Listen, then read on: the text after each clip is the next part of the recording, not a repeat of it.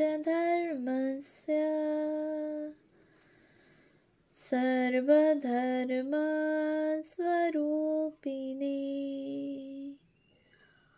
अवतार वरिष्ठाय রামকৃষ্ণায় তে নমঃ। শ্রী শ্রী রামকৃষ্ণ লীলা প্রসঙ্গ প্রথম ভাগ, পূর্বকথা ও বাল্যজীবন, সাধক ভাব ও গুরুভাব পূর্বার্ধ। পূজনীয় স্বামী শারদানন্দজি মহারাজ। পৃষ্ঠা সংখ্যা ৬২। অষ্টম অধ্যায়, যৌবনের প্রারম্ভে। রামকুমারের কলিকাতায় টোল খোলা। পত্নী পরলোক গমন করিলেন, কিন্তু রামকুমারের দুঃখ দুর্দিনের অবসান হইল না। বিদায় আদায় কমিয়া যাওয়ায় অর্থের অভাবে তাহার সাংসারিক অবস্থার দিন দিন অবনতি হইতে লাগিল। লক্ষ্মীজলার জমিখণ্ডে পর্যাপ্ত ধান্য এখনও উৎপন্ন হইলেও বস্ত্রাদি অন্যান্য নিত্য প্রয়োজনীয় পদার্থ সকলের অভাব সংসারে প্রতিদিন বাড়িয়া যাইতে লাগিল। তদুপরি তাহার বৃদ্ধা মাতার ও মাতৃহীন শিশু অক্ষয়ের জন্য এখন নিত্য দুগ্ধের প্রয়োজন। সুতরাং ঋণ করিয়া ওই সকল প্রয়োজন সাধিত হইতে লাগিল এবং ঋণ জালের প্রতিদিন বৃদ্ধি ভিন্ন হ্রাস হইল না। অশেষ চিন্তা ও নানা উপায় অবলম্বন করিয়াও রামকুমার উহার প্রতিরোধে অসমর্থ হইলেন। তখন বন্ধুবর্গের পরামর্শে অন্যত্র গমন করিলে আয় বৃদ্ধির সম্ভাবনা বুঝিয়া তিনি তাহার জন্য প্রস্তুত হইতে লাগিলেন। তাহার শোকসন্তপ্ত মনও উহাতে সাহ্লাদে সম্মতি দান করিল, কারণ প্রায় ৩০ বৎসর কাল যাহাকে জীবন সঙ্গিনী করিয়া সংসার পাতিয়াছিলেন, তাহার স্মৃতি যে গৃহের সর্বত্র বিজড়িত রহিয়াছে, সেই গৃহ হইতে দূরে থাকিলেই এখন শান্তি লাভের সম্ভাবনা। সুতরাং কলিকাতা বা বর্ধমান কোথাও যাইলে অধিক অর্থাগমের সম্ভাবনা, এই বিষয়ে পরামর্শ চলিতে লাগিল। প্রথমে স্থির হইল প্রথমোক্ত স্থানে যাওয়াই কর্তব্য, কারণ শিহর গ্রামের মহেশচন্দ্র চট্টোপাধ্যায়, দেশরার রামধন ঘোষ প্রভৃতি তাহার পরিচিত অনেক ব্যক্তি কলিকাতায় যাইয়া উপার্জনের সুবিধা লাভ করিয়া নিজ নিজ সংসারের বেশ শ্রীবৃদ্ধি সাধন করিয়াছে, একথা তাহার বন্ধুগণ নির্দেশ করিতে লাগিলেন।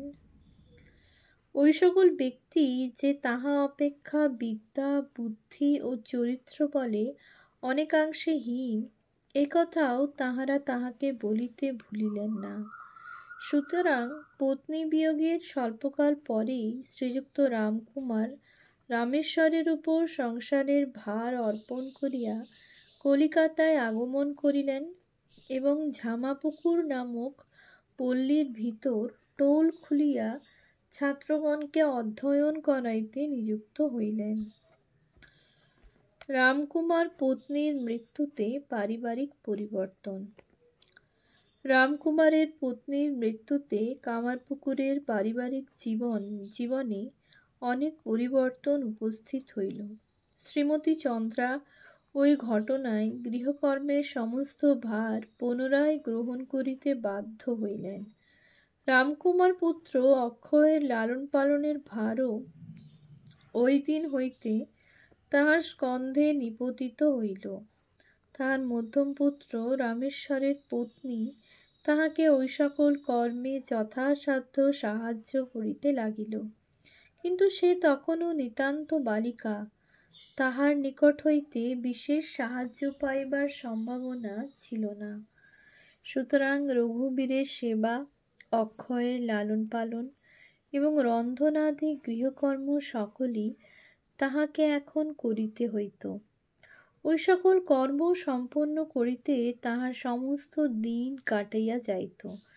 বিশ্রামের জন্য তিলার্ধ অবসর থাকিত না। 58 বৎসর বয়ক্রমে সংসারের সমস্ত ভার ঐরূপে স্কন্ধে লওয়া সুখসাধ্য না হইলেও শ্রী শ্রী রঘুবীরের ঐরূপ ইচ্ছা বুঝিয়া চন্দ্রাদেবী উহা বিনা অভিযোগে বহন করিতে লাগিলেন। রামেশ্বরের কথা।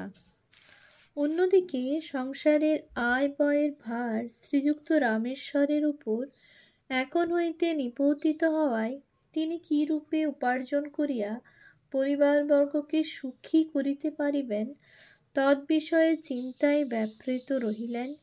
কিন্তু কৃতবিদ্য হইলেও তিনি কোনো কালে বিশেষ উপার্জনক্ষম হইয়াছিলেন বলিয়া আমরা শ্রবণ করি নাই। তদুপরি পরিব্রাজক সাধু ও সাধকগণকে দেখিতে পাইলে তিনি তাহাদিগের সঙ্গে অনেক কাল অতিবাহিত করিতেন এবং তাহাদিগের কোনরূপ অভাব দেখিলে উহা মোচন করিতে অনেক সময় অতিরিক্ত ব্যয় করিতে কুণ্ঠিত হইতেন না।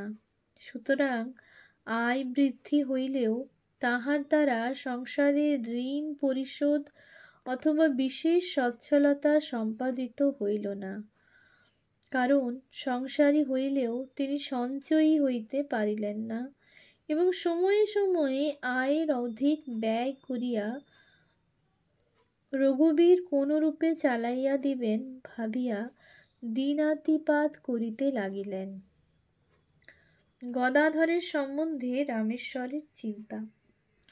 কনিষ্ঠ ভ্রাতা গদাধরকে প্রাণের সহিত ভালোবাসিলেও শ্রীযুক্ত রামেশ্বর তাহার শিক্ষা দিয়ে অগ্রসর হইতেছে কি না তদ্বিষয়ে কোনো কালে লক্ষ্য করিতেন না।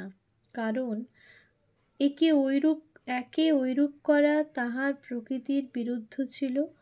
তদুপরি অর্থচিন্তায় তাহাকে নানা স্থানে যাতায়াত করিতে হইত। সুতরাং ওই বিষয় লক্ষ্য করিতে তাহার ইচ্ছা ও সময় উভয় বস্তুরই এখন অভাব হইয়াছিল।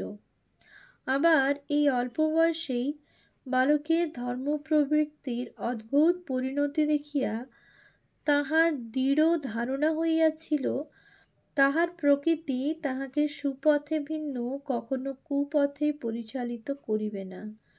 পল্লীর নরনারী সকলকে তাহার উপর প্রগাঢ় বিশ্বাস স্থাপন করিতে এবং তাহাকে পরমাত্মীয় বোধে ভালোবাসিতে দেখিয়া তাহার ওই ধারণা বদ্ধমূল হইয়া গিয়াছিল। কারণ তিনি বুঝিতেন বিশেষ সৎ ও উদার চরিত্র না হইলে কেহ কখনো সংসারে সকল ব্যক্তির চিত্তাকর্ষণ করিয়া তাহাদিগের প্রশংসা ভাজন হইতে পারে না। সেজন্য বালকের সম্বন্ধে উজ্জ্বল ভবিষ্যৎ কল্পনাপূর্বক তাহার হৃদয় আনন্দিত হইয়া উঠিত এবং তিনি সর্বদা নিশ্চিন্ত থাকিতেন। সুতরাং রামকুমারের কলিকাতায় গমনকালে গদাধর ত্রয়োদশ বর্ষে পদার্পণ করিয়া এক প্রকার অভিভাবক শূন্য হইয়া পড়িলেন এবং তাহার উন্নত প্রকৃতি তাহাকে যে দিকে ফিরাইতে লাগিল সে এখন অবাধে সেই পথেই চলিতে লাগিল। গদাধরের মনের বর্তমান অবস্থা ও কার্যকলাপ। আমরা ইতঃপূর্বে দেখিয়াছি গদাধরের সূক্ষ্ম দৃষ্টি তাহাকে এই অল্প বয়সেই প্রত্যেক ব্যক্তির কার্যের উদ্দেশ্য লক্ষ্য করিতে শিখাইয়াছিল। সুতরাং অর্থলাভে সহায়তা হইবে বলিয়াই যে পাঠশালায় বিদ্যাভ্যাসে ও টোলে উপাধিভূষিত হইতে লোকে সচেষ্ট হয় ইহা বুঝিতে তাহার বিলম্ব হয় নাই। আবার অশেষ আয়াস স্বীকারপূর্বক সেই অর্থ উপার্জন ও উহার দ্বারা সাংসারিক ভোগ সুখ লাভ করিয়া লোকে তাহার পিতার ন্যায় সত্যনিষ্ঠা চরিত্রবল এবং ধর্মলাভে সক্ষম হয় না ইহাও সে দিন দিন দেখিতে পাইতেছিল। গ্রামের কোনো কোনো পরিবারস্থ ব্যক্তিগণ স্বার্থ সুখে অন্ধ হইয়া বিষয় সম্পত্তি লইয়া পরস্পর বিবাদ ও মামলা মোকদ্দমা উত্থাপনপূর্বক গৃহ ও ক্ষেত্রাদিতে দড়ি ফেলিয়া এই দিকটা আমার, ওই দিকটা উহার ইত্যাদি অদ্য নিরূপণ করিয়া লইয়া কয়েকদিন ওই বিষয় ভোগ করিতে না করিতেই সদনে চলিয়া যাইল। ঐরূপ দৃষ্টান্ত সকল কখনো কখনো অবলোকন করিয়া বালক বিশেষ রূপে বুঝিয়াছিল অর্থ ও ভোগলালসা মানব জীবনে অনেক অনর্থ উপস্থিত করে। সুতরাং অর্থকরী বিদ্যার্জনে সে যে এখন দিন দিন উদাসীন হইবে এবং পিতার ন্যায় মোটা ভাত কাপড়ে সন্তুষ্ট থাকিয়া ঈশ্বরের প্রীতি লাভকে মনুষ্য জীবনের সারোদ্দেশ্য বলিয়া বুঝিবে, ইহা বিচিত্র নহে। সেজন্য বয়স্যদিগের প্রতি প্রেমে গদাধর পাঠশালায় প্রায় প্রতিদিন কোনো না কোনো সময়ে যাইলেও রঘুবীরের সেবা পূজায় ও গৃহকর্মে সাহায্য দানপূর্বক মাতার পরিশ্রমের লাঘব করিয়া এখন হইতে তাহার অধিক কাল অতিবাহিত হইতে লাগিল। ওই সকল বিষয়ে ব্যাপৃত হইয়া বেলা তৃতীয় প্রহর পর্যন্ত তাহাকে এখন প্রায়ই বাটিতে থাকিতে হইত। পল্লী রমণীগণের নিকটে গদাধরের পাঠ ও সংকীর্তনাদি। গদাধর ঐরূপে বাটিতে অধিককাল অতিবাহিত করায় পল্লী রমণীগণের তাহার সহিত মিলিত হইবার বিশেষ সুযোগ উপস্থিত হইয়াছিল।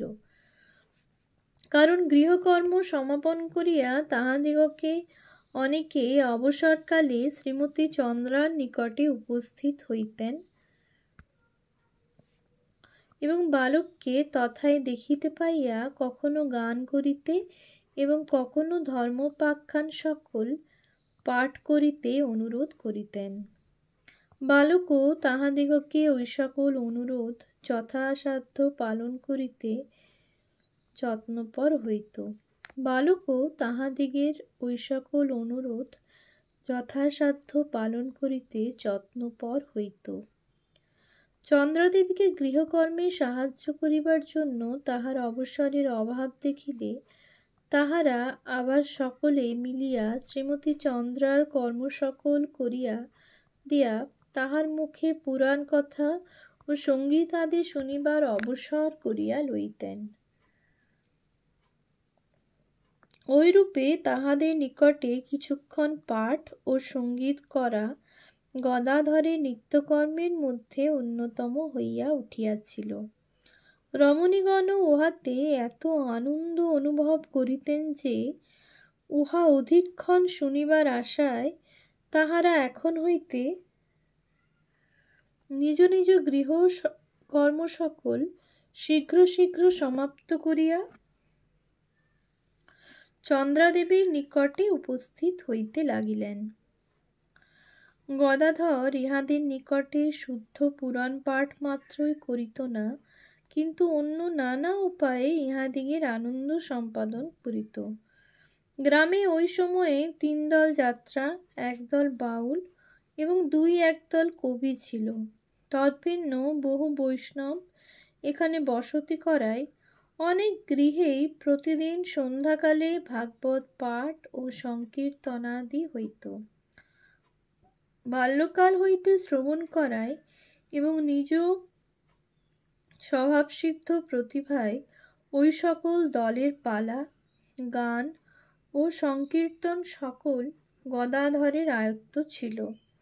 সেজন্য রমণীগণের আনন্দবর্ধন করিতে সে কোনোদিন যাত্রার পালা, কোনোদিন বাউলের গীতাবলী, কোনোদিন কবি এবং কোনোদিন বা সংকীর্তন আরম্ভ করিত। যাত্রার পালা বলিবার কালে সে ভিন্ন ভিন্ন স্বরে বিভিন্ন ভূমিকায় কথা সকল উচ্চারণপূর্বক একাকী সকল চরিত্রের অভিনয় করিত।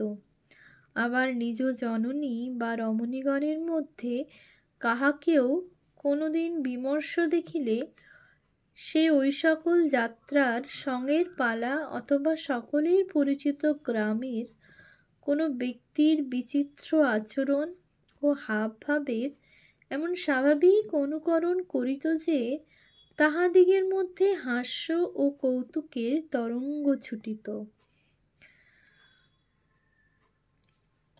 ওম শান্তি শান্তি শান্তি। হরি ওম তৎসৎ। শ্রীরামকৃষ্ণার্পণমস্তু।